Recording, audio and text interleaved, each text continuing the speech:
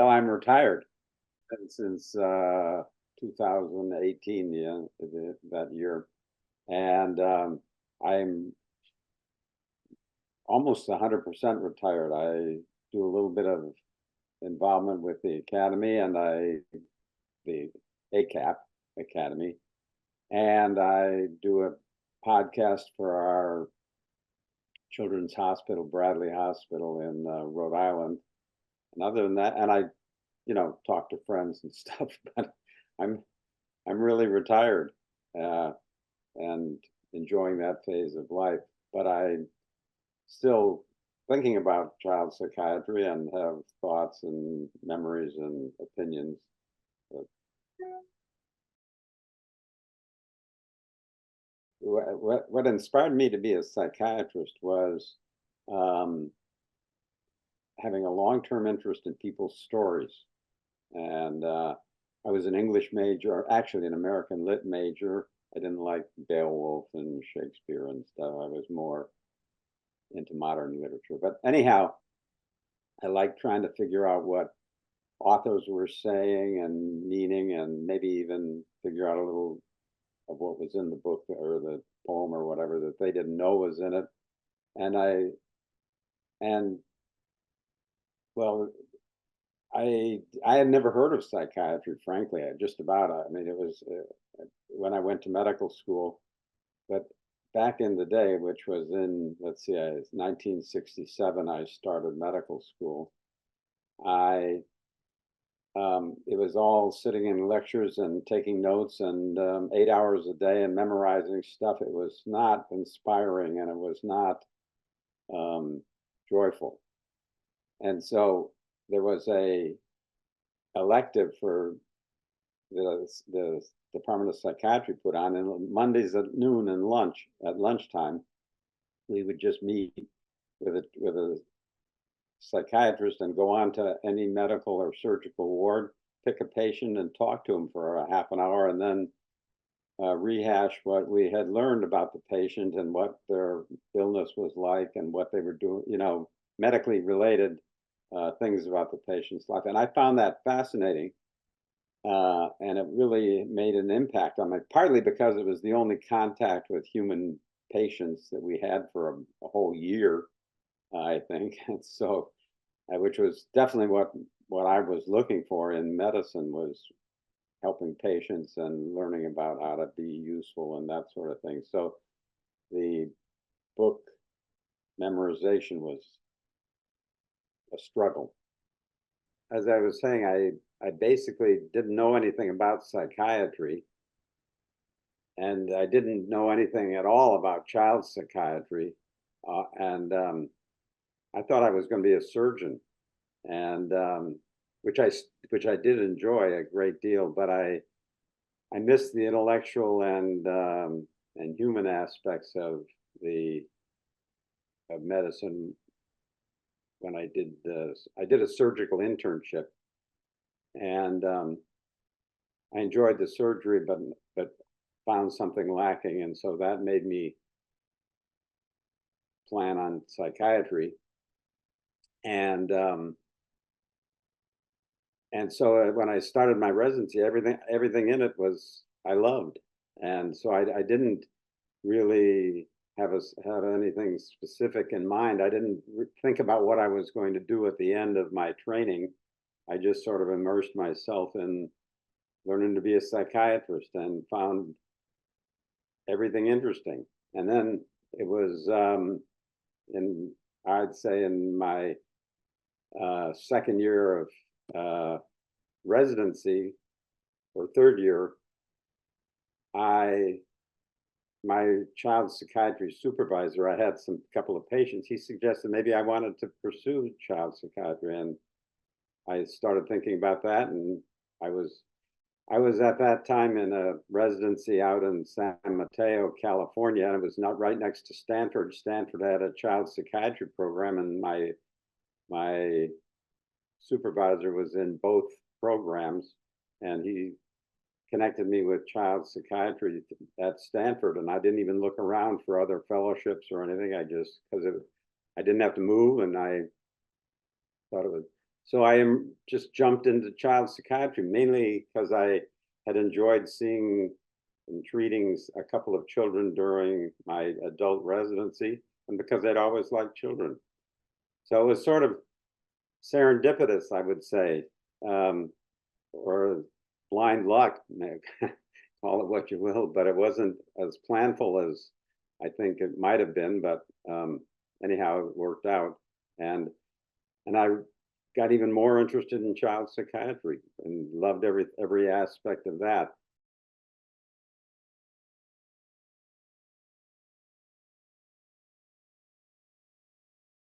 But I had a strong surgical internship and enjoyed medicine and pediatrics and surgery. So I was drawn to the CL area, uh, and that seemed to merge both my uh, interests and skills in psychiatry with the content areas and the problems that children who were having chronic medical illnesses or acute surgical procedures or transplants or whatever, um, what their psychological problems were in dealing with that, and that became my focus. And so I, for the longest time, I did CL psychiatry and found that very satisfying. But I have to say that it was something like being a missionary in back then, in that there was a lot of stigma still associated with psychiatry, and most of the other medical disciplines hadn't incorporated much psychosocial focus or interest or expertise into um, their training and their practice. So I was always trying to sell something. It seemed like, pay attention to this, ask them more questions about that, um, and then the other thing that was the case, it still is the case to a degree, but it was the the tendency was for a program or a hospital to have one CL child psychiatrist, and so you're sort of a lone wolf, or or this missionary trying to bring um, religion to the heathens or something. It was not a very, I don't know, it didn't fit too well with me. And I thought it should be a more integrated aspect of all the focus on the emotional and the psychological adjustments and problems and stresses should be more a part of regular practice in every field.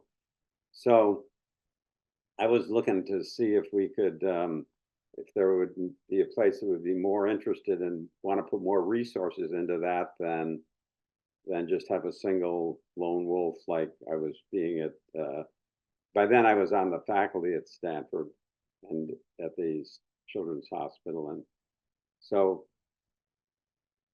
long story short, at the Brown Medical School and the Children's Hospital in Rhode Island made was making a big change, and they wanted to have a bigger program in the Children's Hospital, and I jumped at that opportunity and was able to build that program into where there were more than one psychiatrist and several psychiatrists, and more than just a consultation program, but treatment for the kids that needed it.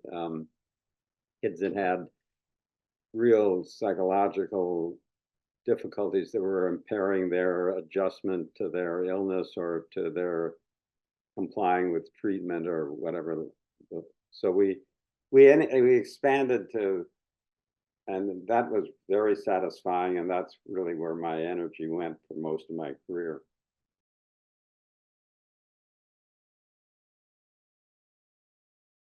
I remember very early on in medical school going I was on doing a child psychiatry elective, and I remember going to see this kid who was having a heck of a time. He was in the hospital with chest pain and was quite incapacitated, and we were consulting on him because there hadn't been much pathology identified in the workup, and the consultant, in interviewing him, asked him about his home life and and lo and behold, his father had died recently, and somehow nobody had known that. It seems unbelievable that you could, but that was the case. And when he started talking about his father's death and how sad he was and how scared it was that it was going to happen to him, lo and behold, in a day or two, he was feeling much sadder, but his chest pain had gone, and he was dealing with his grief rather than putting it into his physical symptoms. And that was amazing to me, that would that by just understanding a child, you could help them to such a degree. And subsequently, I realized it's not that unusual, and that's one of the beauties of psychiatry. But that was the first one I remember.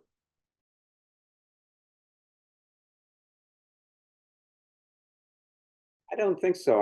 One of the things I read that I really like is something that a book for the title is something like "Everything I Needed to Know I Learned in Kindergarten" or something like that.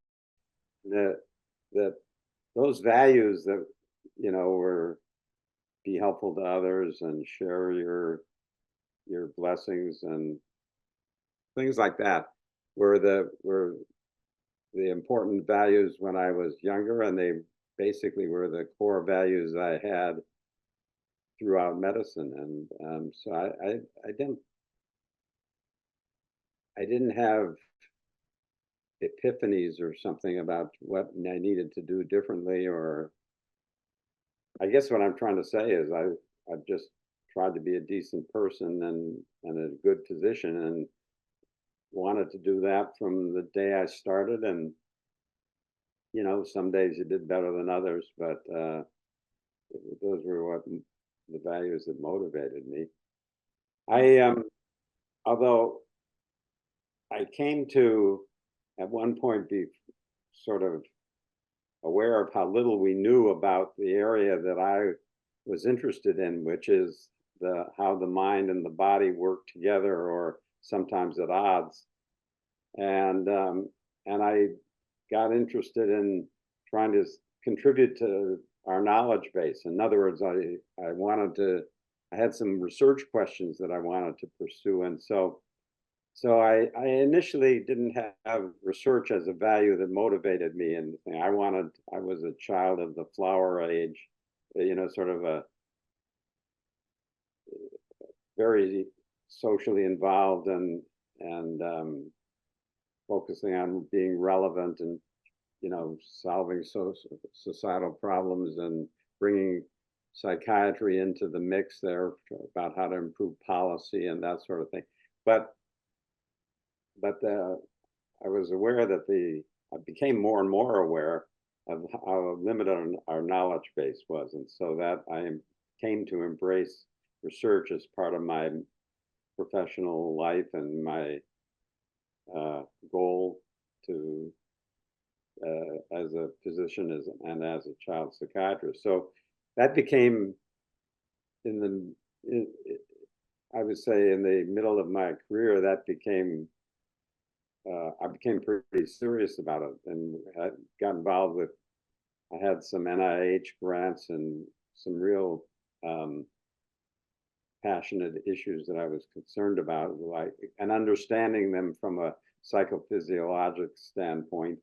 And so that my conception of child psychiatry broadened to include research and then dissemination. But first you have to have something that you discover to makes it worthwhile to disseminate it. So that was a little later in my career that I got interested in that. But I did want to make a contribution to what to the knowledge base. And so we weren't all, relying on anecdotes and case histories and that sort of thing, but really had some more well-designed studies in the CL or psychophysiological realm.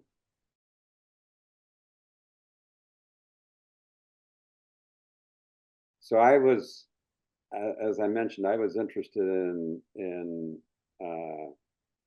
especially broadening the field of consultation liaison psychiatry, and there wasn't a group within the academy that was focused on that. There was some that were interested in the liaison part, in other words, making political alliances with pediatricians and stuff like that, but not really the CL psychiatrists weren't working together on projects and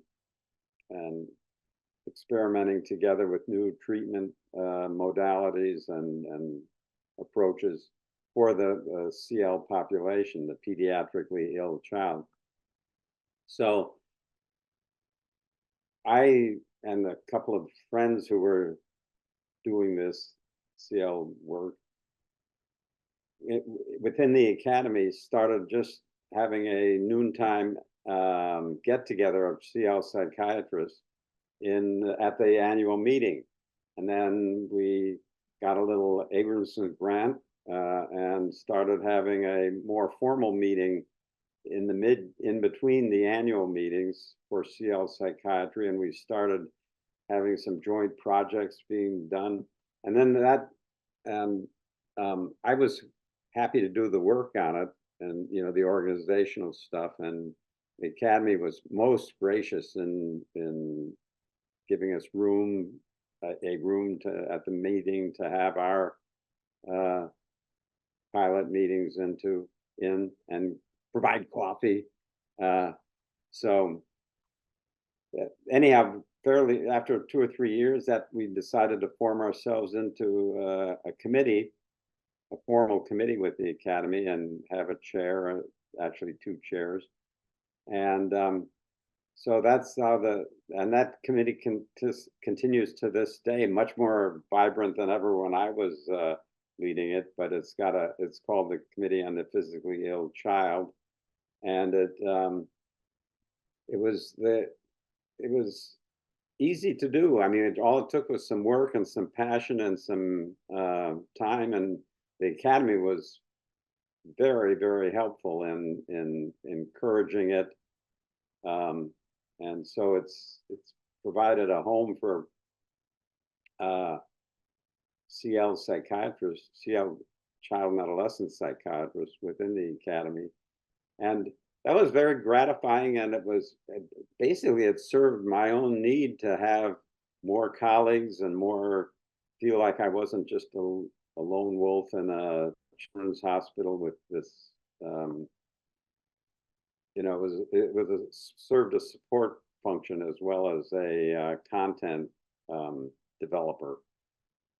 And so that was encouraging. That went pretty easily. And one thing led to another. I don't remember I had quite a few different leadership positions in the academy, and up to being president, which I was at the time of my retirement.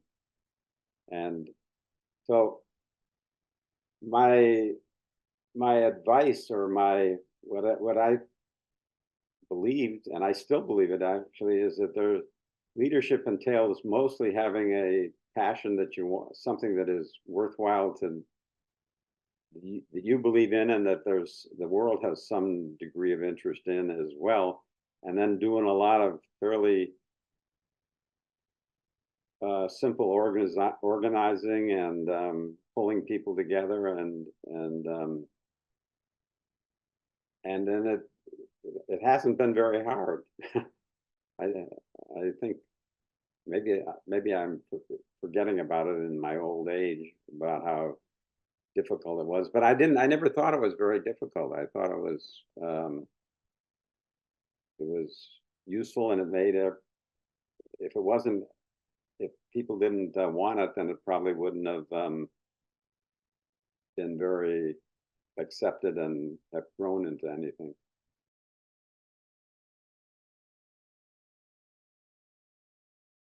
After I found out that I got elected president, I knew that there was one of the opportunities of being president was to have this presidential initiative. And I thought, great, I can do the same thing I was interested in doing when I was starting the CL group. And we can have the focus of the initiative be on integrated care. And so that took me about a minute and a half to figure out what I was interested in doing.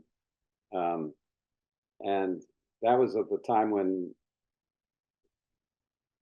the world seemed fairly interested in that, and pediatricians were actually wanting to do a better job and to be more confident and competent at it, so that they were eager to have us integrated within their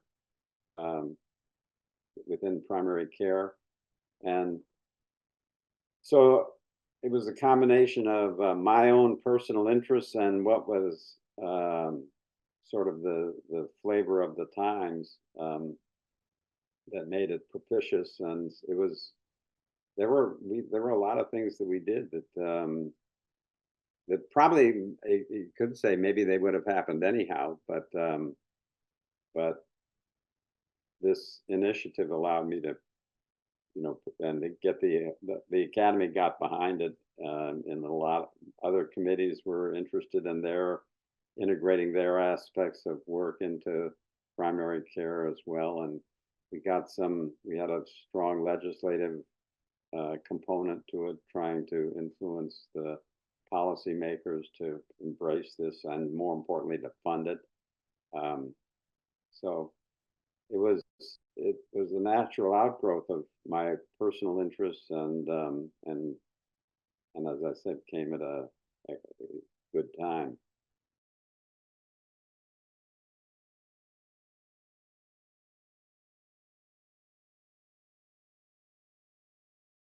I think that I've been a strong proponent of child and adolescent psychiatrists being advocates with their in the political sphere, and I think that starts locally.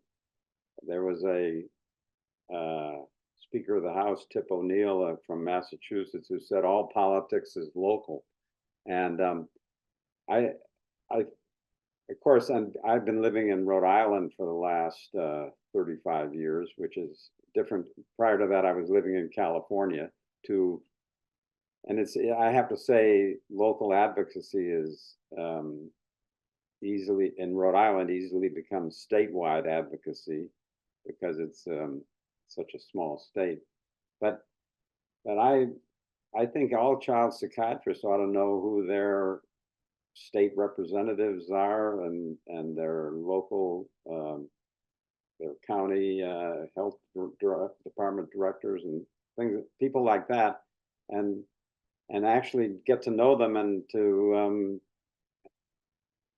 offer their services and their opinions, and urge them, take an active role in. And in my personal experience is that when you do that, most of the people are, most of the elected officials are interested and respectful. And it's more our timidity that keeps us from doing it more assertively, I think, than it is our, any kind of resistance. The world has changed so much just in my professional career, in terms of how the reduction in stigma of mental illness, and the recognition of its importance, that it's that advocacy, I think, is much more readily accepted than it used to be. But in terms of finding, I think if you get three people together who have a similar interest and similar passion, you have the nucleus for a group that can advocate. And that's the approach I would take if I were just starting out, is to advocate for something that mattered a lot to me. I mean, there's so many things that could be improved. We have to pick our battles and pick ones that we're passionate about, and then find colleagues who share that passion and get with it. I keep coming back to stigma. I remember when I decided to go into psychiatry, um, a lot of my friends in medical school were aghast. They thought, "What are you wasting your medical education on for? You know, you could just be." They didn't think in terms of psychiatry being a as useful as I did, certainly, you know, and the as I mentioned, the within the hospitals, as in Children's Hospital, the Stanford Children's Hospital, where I started where I did my training and where I then was on the faculty, and where I was my first attending job, was not all that welcoming in the medical and surgical fields. To, oh great, here comes the psychiatrist. We've got a whole list of things we want for him. It was, and um, I used to sometimes get irritated at that, and sometimes more than irritated, because I thought they were not doing right by their patients, and so I had to struggle with my own. How am I going to address that? And getting mad at somebody isn't that effective, or not as a routine. So I think that's also one thing that trying to make this inroads with my pediatric colleagues, where I could be more influential and have more of an impact on the care the kids were receiving. One way I started doing that was to do small research projects with the say the oncology group, or the pulmonary group, or the urologists, or I wrote a couple of papers with the head of orthopedics in the Children's Hospital. And it turns out that was we approached each other as equals. We each brought our expertise to the question that we were looking at. And it wasn't so much of being a salesman or a missionary. It was more of being a colleague with a necessary area of expertise who also needed the other, say the orthopedist or the oncologist, and their area of expertise, and we could, working together, get a project going. And so I found that not only useful in terms of moving our field ahead, but useful from a political sense, if you will, because I formed friendships and alliances with my colleagues in the pediatrics or surgery, and I felt that was more becoming to be a colleague and an equal than a, come on, pay attention, please do this. That got tiresome.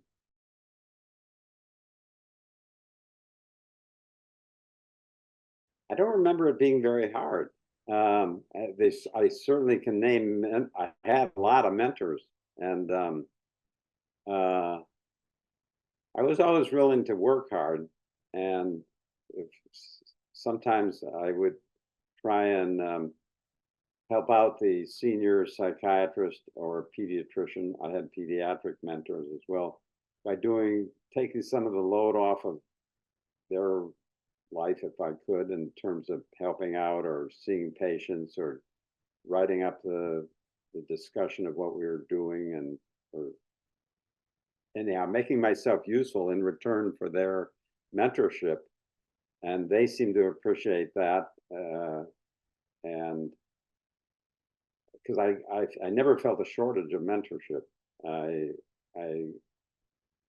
would keep my eyes open for people who I admired or who I wanted to learn from, and then I would just go and directly ask them, could I sit down and have a cup of coffee with you and discuss this problem or what I do with what we should be doing with these patients? And that was always well received.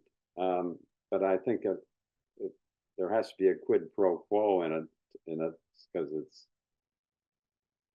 it's a very altruistic thing for somebody to be a mentor, and it's nice to have them not have it be all on their altruism. What I did is, I mentioned I use these projects or papers or little clinical studies. I would do most of the work on that, the day-to-day writing the human subjects consent form and doing the sort of the grunt work that had to be done, but anybody could do it. But I did it, and that was helpful. And those projects, when I was younger and I was looking to more senior people, I wasn't worried that it'd be a 50-50 split.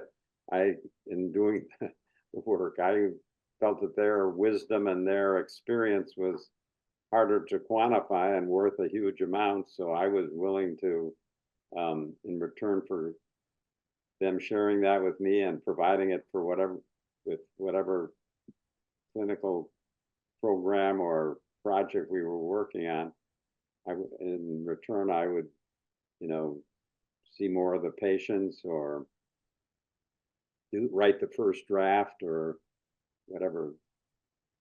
So I think medical students can do, and residents can do that. And if they can't figure it out, I would advise saying, hey, so what needs to get done and what could I do? How ask the mentor what they could do to be useful. And most physicians are so busy, if somebody asks them, how can I help you, and take do some of the work for you. Well, that's something I've paid a lot of attention to, and especially when I used to, when I was working with the chronically ill kids, I worked a lot with the CF, cystic fibrosis population, and the pediatric oncology group of patients, and as the psychiatrist for the team. And especially 30 years ago, a lot of that was death and dying and helping with and it could be draining. And on one hand, I felt privileged to be able to learn from patients and see it was inspirational watching how children and families could go through the unspeakable and do it with grace and dignity. But there's a risk to it, and that it can be, you can burn out, and you're not useful to anybody if you're burnt out. And so I took it upon myself to pay attention to my boundaries and realize that, wait a minute, this is not this child who's suffering so and with cystic fibrosis. It's not my child. I'm not the parent. I'm the physician, which means I'm still very involved, but there's a limit to my involvement. And so I would often talk about that with my colleagues or my friends outside of medicine, and not sharing any of the personal information, but wow, this case is really taken a hold on me, and tell them about it without reaching confidentiality. But it was, so I would do that consciously and intentionally. And I would also, my wife, I would tell almost everything to, but not have it dominate my life at home. And I actually lived far away from the hospital when I was younger, and So I didn't go in just to drop in and, hang out and stuff. I tried to keep my personal life and family life separate. The other thing is I've always had a lot of other interests. Like I like the outdoors. I go camping and fishing, and I raise bird dogs so I can go out and hunt pheasants with my friends in Iowa and stuff like that, which I've maintained that, or maintained or increased those interests, and that has always been helpful to have things that would clear my head. When you're on a stream fishing for trout and they're hard to catch, and you don't think about anything else. It's all engrossing. So having those kind of interests and friends who were outside of medicine and making a family life a priority, those are helpful. I mean, I don't know, I think I could have put as much energy into my work as I did if I hadn't had all those supports and distractions and other satisfying things in my life as well as my medicine.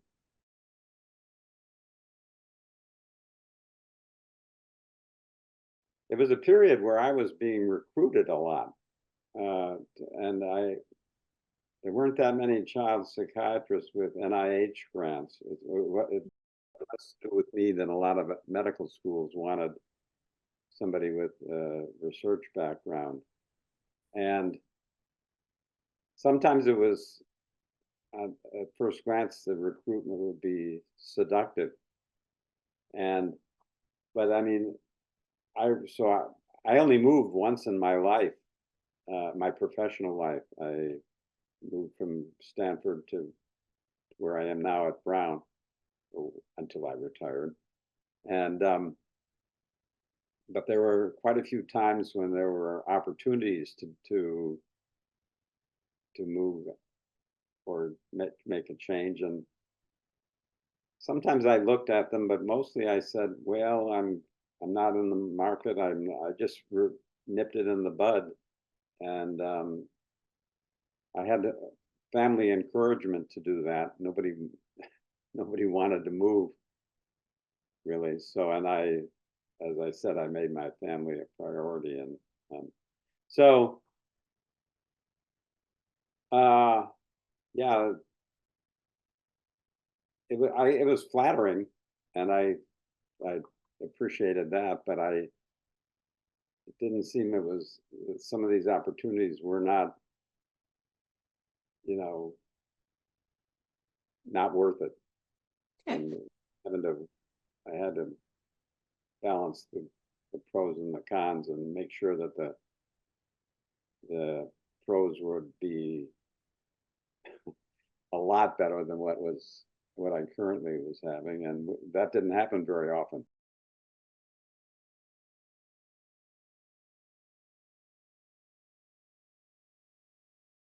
Well, I think that it's important to have priorities, and you can't do everything equally, and you can't have everything be equally as good. You have to. So I always encourage people to write down either about their job, if they're thinking about a new job or getting a job, to write down what's most important to you about you want this job to do for you. What aspects of it is it most important? What the patient population is, or where it's located, or whether you're doing inpatient or outpatient work. To put the priorities down, and then start trying to fulfill the top priority, recognizing that some of the lower priority items might not make it. And because there is no perfection in life, I don't think. I think you have to always compromise, and you might as well make it explicit. I actually, with some of my trainees, I would ask them to to write it out and, make a list and let's see it and have that not I didn't ask them to go show it to whoever they were talking to, but to have it very clearly in their mind what their priorities were. So that's and it's human nature to want to have everything be perfect, and that isn't very productive because it doesn't happen.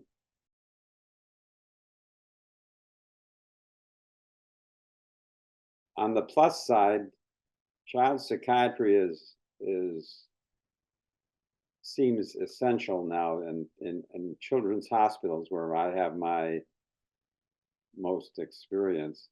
Children's hospitals universally recognize the need for child psychiatry, the importance of mental health, and in general, and also the issues, the psychological issues of children who are having chronic illness or medical problems.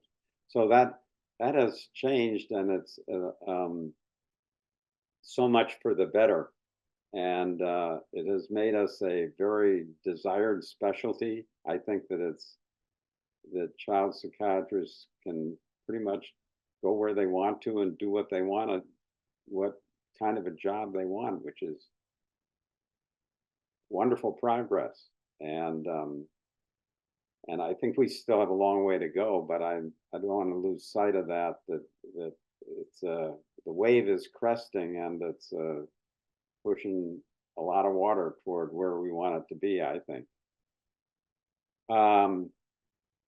But when I think about being retired, I think some things that have changed in the recent years, I don't miss, and such as the role of insurance companies in determining treatment, and that I think that's terrible, and I think that it shouldn't. I used to resent it when I had to ask for authorization to somebody who was intent on not giving it, and I think that I'm still hopeful that we're going to have in my lifetime, or that's not as long as it used to be, but without in the fairly near future have a single payer option in medicine, so and not have all these different insurance companies with their own separate rules and separate procedures and separate requirements. It wastes so much time and energy and money, and it's one of the big factors involved in physician burnout that I'm aware of.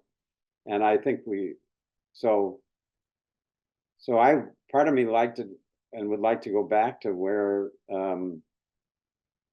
the physicians were more respected, and it was the physicians who were doing the care planning and determining what treatments were needed. By that I mean the medical team in general, as opposed to administrators or insurance companies. And I don't mean it. I think the time for medical chauvinism is past, and I'm referring to psychologists and nurse practitioners and as being colleagues, and and I think that to some degree it has happened more than I think it should have, which is this problem of psychiatrists being seen as prescribers only, and other people do the therapy, and I mean, I think that we should be practicing at the top of our license and being the most highly trained and highly paid. Child psychiatrists should be doing the hardest jobs, which is diagnosis, treatment planning, getting in to help supervise when things are going poorly and leadership is needed. So I think that being confined to a niche of prescribing medications to the degree that happens. At least it wouldn't be something I would be interested in. And I didn't ever do only that. And I think if it were forced on me, I would find it pretty appealing and unacceptable.